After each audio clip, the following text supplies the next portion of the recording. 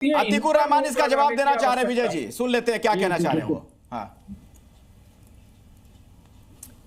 अखिलेश जी धन्यवाद जो आपने मौका दिया, और मैं साफ तौर पर आपको बताना चाहूंगा आपके दर्शकों को कि जो काफिर के नाम पर ये दुविधा क्रिएट की जाती है, आज का कोई क्रिश्चियन, कोई हिंदू, कोई भी गैर मुस्लिम काफिर की कैटेगरी में नहीं आता है। इस बात को जितना ज्यादा आप लोग आगे तक बढ़ाएंगे उतना ये टेररिज्म का कमर तोड़ सकेंगे हम लोग। आपने सही कहा कि मुसलमान छोड़कर जो भी है उसको दुश्मन बनाया जाता है। जो मक्का के लोग थे अखिलेश जी, जो प्रॉफेट मोहम्मद के और उनके मानने वालों के साथ ज्यादतियां करते थे, और प्रॉफेट ने उनसे बचकर मदीना हिजरत की, माइग्रेट किया, उसके बावजूद उन्होंने जंग की तैयारी करके उनको जंग के मैदान में बुलाया।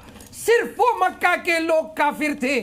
आज के हमारे हिंदू भाई जो बुत परस्ती भी करते हैं, आइडल वर्शिप, इनके आइडल्स में और मक्का के आइडलिज्म में फर्क है। उनके आइडल्स, मक्का के लोगों के आइडल्स आपस में लड़ा करते थे, दुश्मनियां पैदा करते थे। हमारे हिंदू भाइयों के आइडल्स जो हैं वो आपस में लड़ा नहीं करते हैं। ये फर्क जितनी जल्दी दुनिया को समझाया जाए उतना हम टेररिज्म की कमर तोड़ सकेंगे।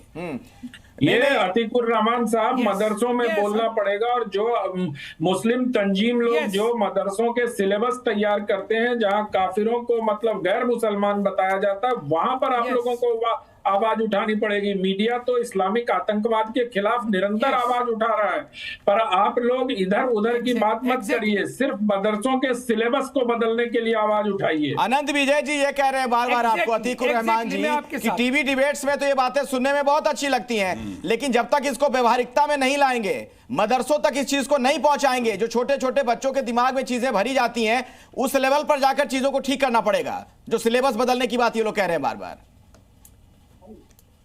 मैं पूरी तरह से आप लोगों की बात से सहमत हूं। हमारे कुछ भटके हुए मदरसे के जो लोग हैं वो इस चीज को आगे बढ़ाने में बहुत सक्षम हैं, लेकिन हमको आपका ताउन चाहिए, आपका साथ चाहिए।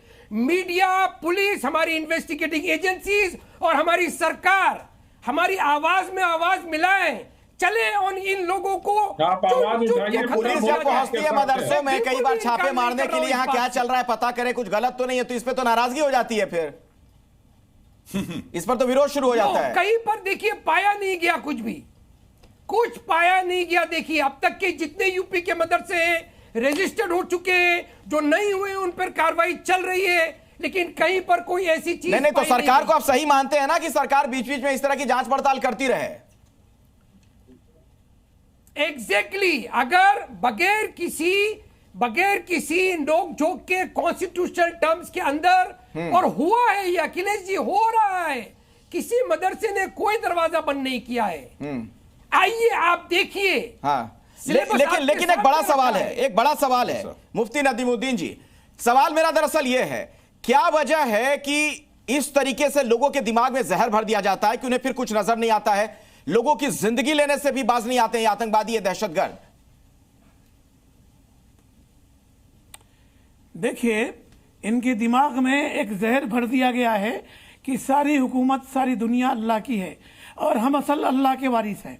ये सही है कि सारी दुनिया अल्लाह की है, हम उसके वारिस हैं। और हाँ, सुनिए, एक दिमाग में एक जहर भर दिया गया कि हमको ही पावर है, हमको ही अधिकार है, हमको ही अख्तियार है। ये जो जहर भरा गया है उसको निकालने की जरूरत है। अल्लाह के नबी सल्लल्लाहु अलैहि वसल्लम का इरशाद है, अल खल्क़ु अल्लाह, सारे इंसान अल्लाह के बंदे और अल्लाह की फैमिली है।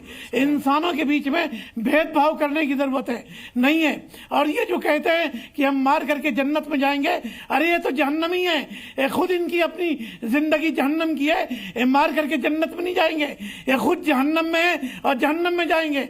अल्लाह के नबी सल्लल्लाहु अलैहि वसल्लम ने फरमाया कि तुम पर कोई अत्याचार भी करे तो तुम उसको माफ कर दो, तुम तलवार मत उठाओ। उल्टा क्यों हो रहा है? वही मैं सवाल पूछ रहा हूं। कितने मुफ्तियों ने विरोध किया? मैं कुछ क्या कह रहे हैं आनंद विजय जी? हाँ, मैं कह रहा हूँ नहीं, पहलगांव की आतंकी वक्त आ गया है। हिंसा जिसमें धर्म पूछकर हत्या की गई, बिल्कुल। उस पर कितने मुफ्तियों ने आवाज उठाई। हिम्मत तो वहीं से बढ़ती है अखिलेश जी। पूरे मुफ्तियों ने आवाज उठाई, सभी ने आवाज उठाई, सभी ने धरना दीजिए किया, सर। सभी ने प्रोटेस्ट किया। हमने अखबारों में बड़े बड़े आर्टिकल लिखे। देखिए, कट्टरपन सबसे ज्यादा अपनी कौम को दबा करता है। अगर रेडिकलाइज हमारे बच्चे हो रहे हैं तो सबसे ज्यादा बर्बाद हमारे समाज हमारी ये बातें सुनने में बड़ी अच्छी लगती हैं, बहुत अच्छी अच्छी बातें जब धर्म में शिक्षा की बात कही जाती है, बाकी चीजें कही जाती हैं, लेकिन हकीकत क्या है? हकीकत में तो हम यही देख रहे हैं ना कि इस्लाम के नाम पर कईयों के दिमाग में जहर भरा जा रहा है। दुनिया भर में जो आतंकवाद की घटनाएं हो रही हैं, कई जगहों पर इस्लाम के नाम पर खून खराबा कर दिया जा रहा है। क्यों हो रहा है? सवाल तो यही है, बुनियादी सवाल।